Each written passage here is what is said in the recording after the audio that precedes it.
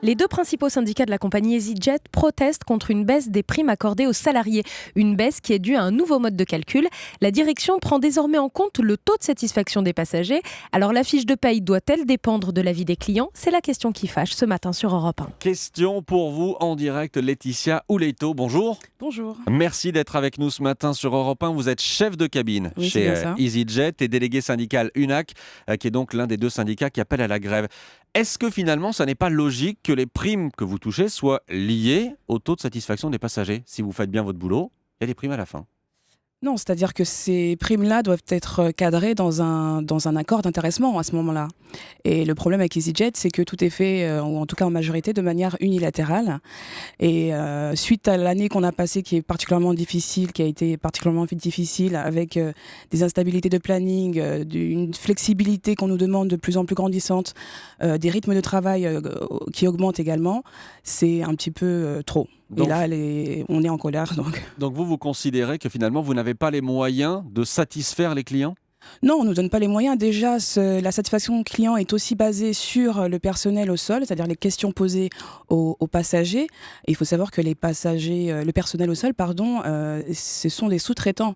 Donc, ils ne travaillent pas directement pour EasyJet et ils ne sont pas impactés finalement. Donc pour vous, on vous reproche des choses dont vous n'êtes pas responsable. Exactement, les politiques de bagages et l'énervement que peuvent ressentir les passagers au sol ne nous concernent pas directement. Mais sur le principe général, vous seriez d'accord pour que votre fiche de paye dépende en partie de la satisfaction des passagers ?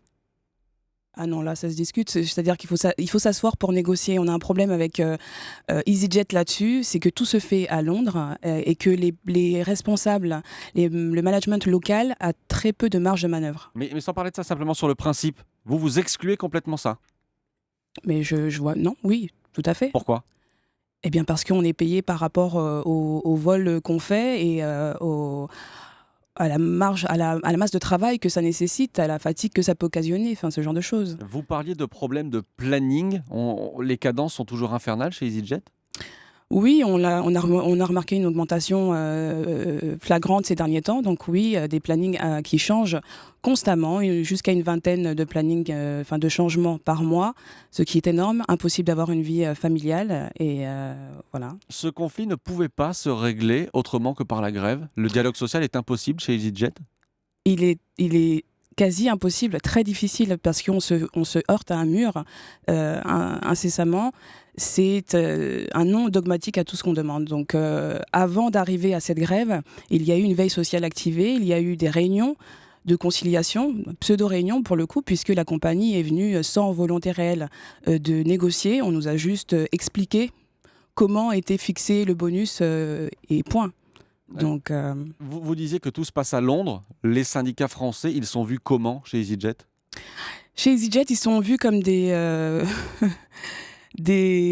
personnes qui mettent le trouble dans la compagnie. Voilà, clairement. Mais vous, on vous dit, vous n'avez pas le droit de citer. Enfin, vous êtes invité, j'imagine, quand même. Vous êtes convoqué quand même à Londres pour les négociations ou pas du tout ? Alors, on négocie en France. Oui. Il y a des responsables en France, mais les décisions viennent de Londres-Luton. Donc, ils exécutent ce qu'on leur demande. Est-ce que vous étiez obligé de déclencher ce mouvement de grève un 25 décembre ? On était obligé de faire une action forte. On a choisi ces dates de manière stratégique.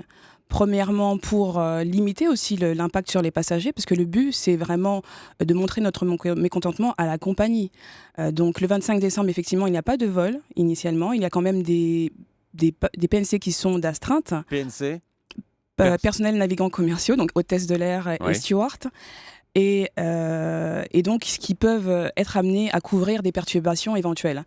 Le 26 décembre est un jour clé également Donc, demain. Donc demain. Là, il y a jour... des annulations prévues, une quarantaine d'annulations. Exactement, une quarantaine d'annulations. Donc c'est une date qui est déterminante pour nous et qui nous montrera l'effet et l'impact de cette grève. Mais vous ne pouviez pas respecter une sorte de trêve de Noël ? et laisser les passagers qui peut-être nous écoutent ce matin et qui se disent on devait se rendre en famille à telle ou telle fête, tel et tel Les événement. passagers, en général, ils s'y prennent à l'avance, ils partent avant, le jour des vacances scolaires. Donc, je ne pense pas que ça impacte tant que ça les passagers. Et puis, on a laissé tout le loisir à la compagnie de revenir vers les organisations syndicales pour trouver un consensus ou un accord pour éviter ce mouvement de grève. Donc justement, ce matin, qu'est-ce que vous dites à la direction d'EasyJet? Venez, il faut qu'on négocie? Bien sûr, il faut qu'on négocie de manière loyale, avec une réelle volonté et non pas une décision ferme qu'on nous impose. Voilà. Mais on a bien compris que pour vous, le taux de satisfaction des passagers ne devait pas influer sur votre fiche de paye à la fin du mois. Non, mais il faut aussi noter que c'est la goutte d'eau en plus de ce qu'on subit déjà. Il y a plein de choses qui ne vont pas avec EasyJet. Je pense qu'il faut s'intéresser de plus près à ce que fait la compagnie. C'est une compagnie low cost, mais finalement, nous, les passagers, les PNC, donc les personnels qui sommes sous contrat français, nous sommes des sous-employés français puisque nous avons un certain nombre de choses qui nous manquent dans notre contrat, c'est-à-dire la participation par exemple. Merci. Merci Voilà. à vous. Merci Laetitia Oletto. Merci d'avoir été en direct avec nous ce matin sur Europe 1. Je rappelle que vous êtes chef de cabine chez EasyJet et délégué syndical UNAC. Merci à vous. Europe bonne 1, journée. 7h21.